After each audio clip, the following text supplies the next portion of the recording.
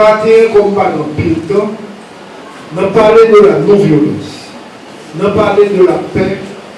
Ça qui vient dans tête moi, c'est partager avec vous autres, chers amis, quelques éléments de la vision, je dirais de la vision globale de Federico Mayor sur la problématique de la paix. Il y a nous dans salle là qui compte qui est Federico Mayor, mais il y a nous qui ne pas compte. Federico Mayor, c'est un grand homme de science, son grand homme de la culture, son grand diplomate. C'est aussi un poète très influent et très populaire dans son pays. À noter qu'il est de nationalité espagnole. Federico Mayor a été pendant, je dirais, 10 ans directeur général de l'UNESCO. Je crois, si ma mémoire est juste, c'est bonne, c'est de 1989 à 1999. Et c'est sous son administration que l'UNESCO a institué, bien entendu à l'initiative du directeur général, un programme titré Culture de la paix. Et bien ces personnages-là, nous avons partagé avec nous, parce que moi, nous avons pris l'admiration de lui, nous avons partagé avec nous quelques éléments de sa vision de la paix. Il a une vision globale, une vision, je dirais, holistique de la problématique de la paix. Nous ne pouvons pas partager tout élément, mais au moins 3 éléments fondamentaux à partager avec. Federico Mayor, qui est extrêmement intéressant, il dit que les guerres prennent naissance dans l'esprit des hommes. C'est donc dans l'esprit des hommes que doivent être élevées les défenses de la paix. Autrement dit, en beau créole, c'est notre tête monde causer guerre à sortir. Eh bien, sous besoin d'éliminer le tout, c'est pour dresser, c'est pour mettre dans tête monde des éléments de défense de la paix. C'est ça que je dis. Là, surtout, Federico Mayor fait allusion au rôle de l'éducation dans le processus de la paix.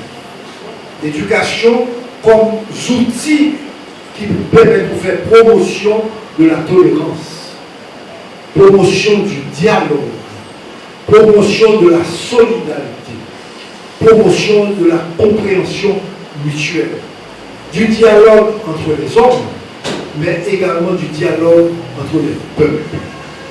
Ça, son première considération de Federico Mayor sur cette question.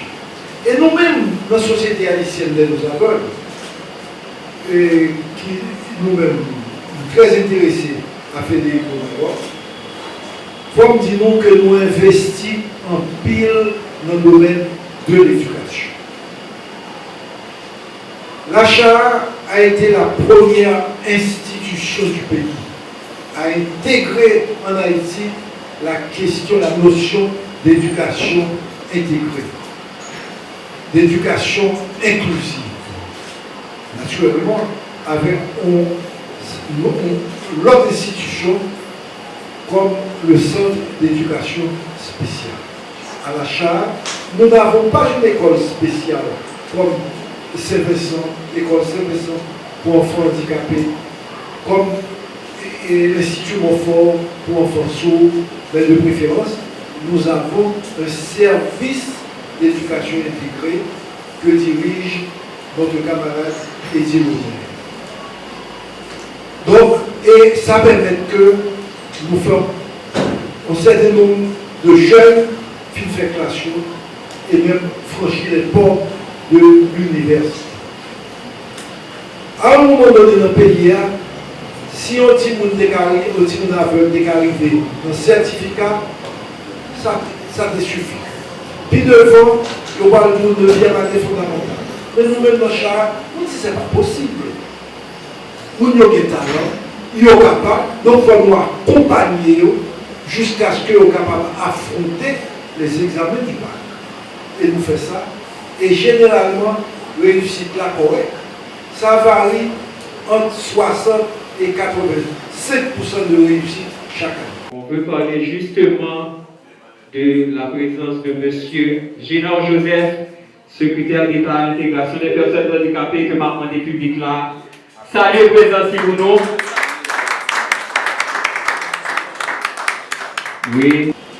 Et c'est vraiment un honneur pour moi pour avec nous dans un moment très spécial pour nous capables de faire causerie sur le 76e anniversaire de droit monde. Nous sommes capables d'imaginer aujourd'hui une période très spéciale où les droits monde pas de dire rien. Et aujourd'hui, bataille moun k'ap vivre avec handicap dans la société a, puis la bataille là c'est bataille pour faire respecter le monde. Je suis content pour me la tout parce que nous avons parlé de respect de monde, nous sommes tombés d'aplomb avec une autre direction que le bureau secrétaire d'État a baillé à question handicap là, qui n'est pas une question de charité, ni en question de fatalité, ni en question de paternalisme ou autres, mais qui sont bataille pour respect de la monde. Une bataille qui est faite pour respecter la loi, pour respecter le droit monde, tout le monde bénéficie de la société. Et je dis, en Haïti, dans le pays, la bataille est plus difficile parce que la violence qu'a faite sur tout le monde, dans la société, mais plus particulièrement, les gens qui vivent avec handicap, c'est tête chargée.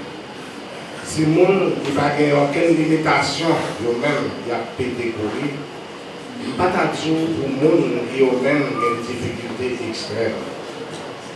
Je dis à personne ne pas capable de compter qui ravage la violence faite dans la société.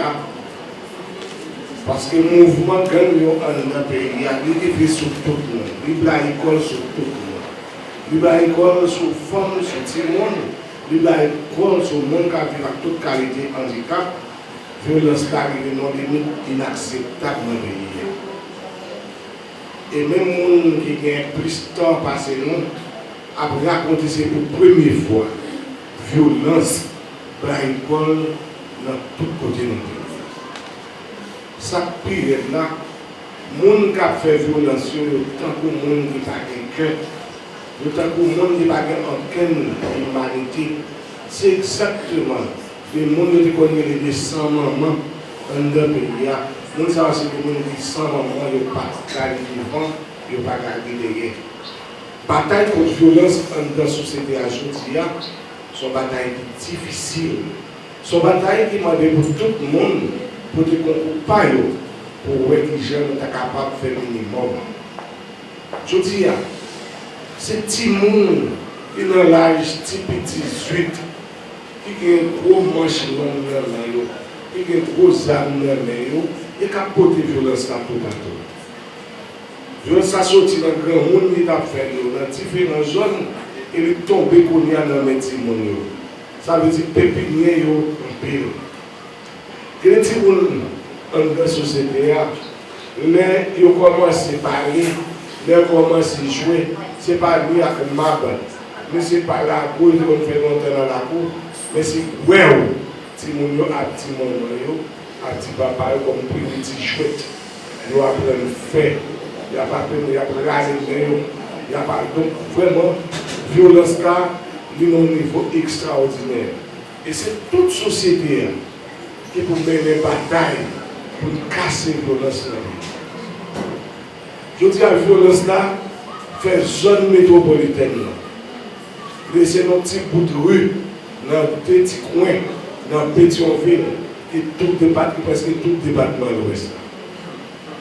La violence là arrive dans le dernier coin, dans le dernier bout. Demander dans toute famille, dans toute institution, dans toute organisation, pour nous faire bataille, une bataille contre la violence.